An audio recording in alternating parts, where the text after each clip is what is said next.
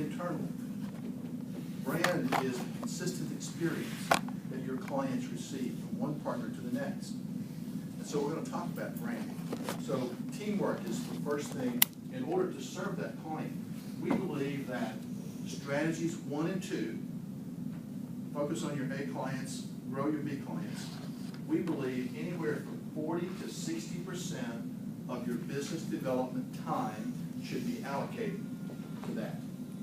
Making sure my team is servicing our A and B clients and growing them. There's an enormous amount of detail. So if you're allocating 300 hours, you might in fact put 180 hours of your business development time on that. Now some people say, well, Troy, why 40, why 60? 40% if all of your A clients have given you a referral in the last 3 years. If many of your A clients have not given you a referral, then we need to focus on about 60% of our time, because we know that maybe they're satisfied with us, but they may not be loyal. They may not be raving fans. They may not be telling a lot of people about us. The next category is referrals and centers of influence. As we get into the prospects, we think anywhere from 10 to 20, maybe as much as 40% of your time should be allocated. Sometimes allocating 60% here and 40% to your referrals and centers of influence can get you into the prospects very, very quickly. So we believe maybe as much as 40% should be allocated to referrals and centers of influence, those lawyers, those bankers, those surety agents, those people. And then there are prospects that you cannot get to as a result of a referral. It's not a warm lead, but there's someone, Daniel, if you focus on healthcare, if you focus on medical practices, there are some large medical practices perhaps that you can't get to through someone referring you in. So you've got to somehow figure out a way to target them and go after them and open the door yourself. It's like looking for the sweet spot in your golf or the sweet spot in your tennis racket. And when you have a prospect out there that should be in your sweet spot, you have to devise a methodology. And it might take as much as 3 or 4 years to work your way in and get an opportunity to present your services. But you've got to be willing to do that. And those firms that are very successful have some level of prospect. Then, of course, what happens is if you get all these working together, you become extremely well known. If you focused your practice well, let's say, Daniel, on healthcare like you have, it may be that you become the go-to firm. And you get people calling you because they've heard you focus your practice on healthcare, or you focus your practice on real estate and construction, or you focus your practice on the wine industry, whatever that might be. And so those people begin to talk to you, and you create what we call a pull strategy. A pull strategy is much better than a push strategy.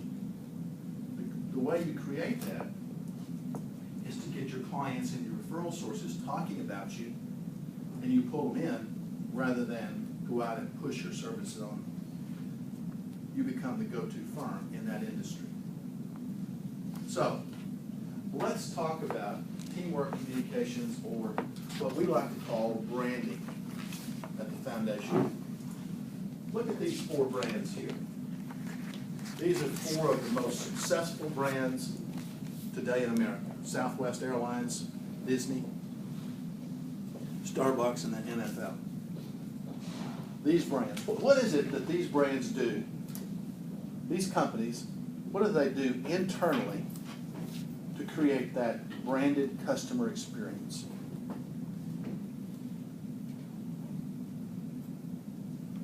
Find something that you really like. It's popular. Okay. It's consistent. Perhaps. There's a certain degree of consistency with their themes. How do they create that consistency, Jim? In terms of the service they offer, you can pretty much plan on what you see at one place with them is going to be pretty much the same at the next place with them. We have a model training. Yeah, you know, when Southwest Airlines began 35 years ago, and they're the only airline that's made a profit consistently for 35 years, year after year after year, when the others have filed bankruptcy and lose billions and billions of dollars. But when they started, they set 10 standards that they wanted to live by. They still, today, are operating off of 7 of those 10 original standards. And that's what's helped them make money. Disney is the same way. I had the good fortune when I was in Los Angeles with Price Waterhouse. Disney was my client. And so it was wonderful to get to know the internal aspects of, what they started out as a movie company, went to a theme park, and so what they say to their people is, when you're not in front of our customers, you're backstage. But when you come through that door, you're on stage, and you're playing a part. Do we say that to our team members? You're playing a part. One of the interesting things about going to Disney World is that you go on a Friday, they wear the same dress that they wore on Monday or Sunday. They don't have dress down Fridays. They're consistent in everything they do. Consistency. They have 4 standards. And if you go from backstage to on stage, there's a little sign that walks out the door as you walk out the door through the gate, and it says these 4 things. Make eye contact. Smile. Greet our guest. Pick up trash. Mm-hmm. And so you see them going around making the cleanest parks in the world so that all 50,000 of their employees are trash pick-uppers. Think about that. The magic formula for creating that consistent customer experience is training and teamwork. How do we train people to the standards that we want constantly? If you've ever been to the French Laundry and you see a person following your waiter, shadowing, he or she is learning the menu. And one of the things that's so consistent, if you have a waiter that serves you there, that waiter knows all the different ways, the temperatures, all the different ways the meat's prepared, all the different sauces, all the different vegetables and everything. That waiter has an encyclopedic knowledge of the food. The question is training and teamwork at your firm. My challenge to you is, are you training your team members in all the menu of services so that when they're in front of a client, and you think about the amount of time that your younger staff members are in front of clients, are they trained in all aspects of serving that client? This is the training and teamwork that we're talking about. The best of the best retain clients by creating that consistent expectation. You don't have to be the French Laundry. Southwest Airlines has done it on low price. McDonald's does it on low price. I don't think McDonald's is a restaurant, though. McDonald's is a filling station, right? You just fly through there, get it hot and fast and cheap, and you're on the go. That's basically what McDonald's is. But they've created that branded customer experience because you know if you're in San Francisco, or if you're in Nashville, or if you're in Paris, you're going to get the same consistent food and ingredients all over. So that's what you're looking for. Now what we have to do is we have to think about who are we dealing with here? Who are the people, who are the teammates in our firms? What we found, and you can tell me if this is true or not for you, what we have found is that most accountants in most firms are a little bit more introverted. I am. I mean, I at the end of the day, I'll be pretty exhausted having had a lot of social interaction and doing a lot of speaking. So I'm much more comfortable reading a book. I'm shy, and I'm just not comfortable being in front of a group. I push myself to do it. But also accountants, by and large, are in the top 4% of IQs. When you look at ACT scores of CPAs, you find very, very bright people. Introverted, bright people. That's who we're dealing with here. We found this to be the case. What do you think about that? Yeah. An interested introvert can be a better business developer than an interesting extrovert. Sure. Good listener. Technical. A more technical person Sometimes. might be the more introvert and technical sells. A lot of times CEOs of small businesses are not looking for the glad hander or the just that interesting extrovert. They're looking for that person that not only listens, Jim, but how do you set yourself up to listen?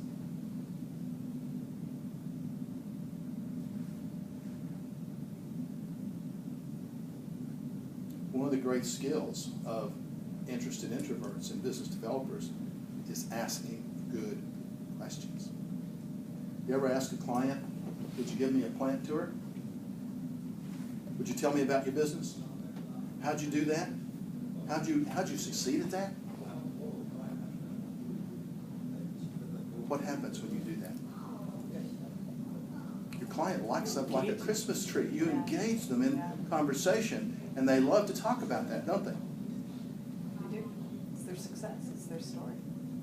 Now, I didn't say that a disinterested introvert. I said an interested introvert. So an interested introvert is interested in growing your career, is interested in your client, is interested in helping your client succeed, using the services that your firm has available to it. That's the way we approach this.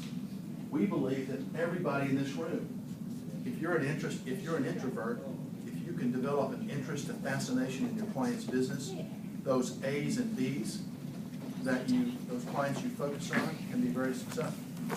Sorry. We have another gentleman joining us. Yes, I'm actually on borrowed time. I'm on jury duty till I'm out till 1 o'clock. So We'll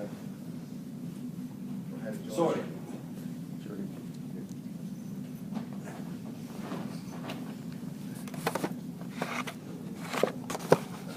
I was at an AICPA meeting in Denver yesterday, and they were talking about all the things that are coming at us in our profession.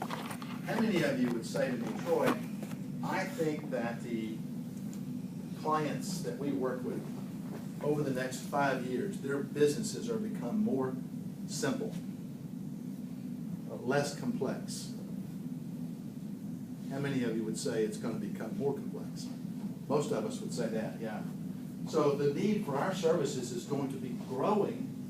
We think about the marketing strengths that we have, the respect that you have as a CPA, the number one most respected business advisor in the world is the CPA.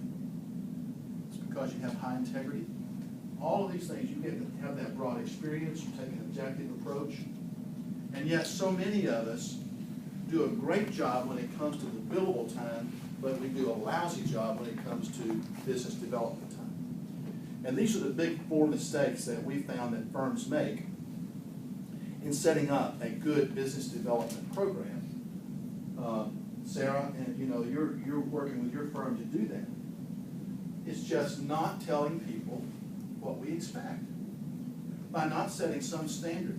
When you walk out from behind stage to on stage at Disney World, there's 4 expectations. So if we're going to have people in our firm grow the firm, we've got to say, here's your expectation. This is what we're looking for, and we need to say that right up front. This is what we expect of you. There's no growth plan. There's just no focus on it whatsoever. A lot of what we're talking about today is how do you develop a better focus in what you're doing by using the 3 strategies that we've talked about. The other problem that we have is just poor motivation. We don't motivate people properly. You think about, in your firm, how many people have earned their college degree, earned their CPA certificate, and are working with you. They're motivated intrinsically by doing that. And yet we sometimes try to motivate them by saying, well,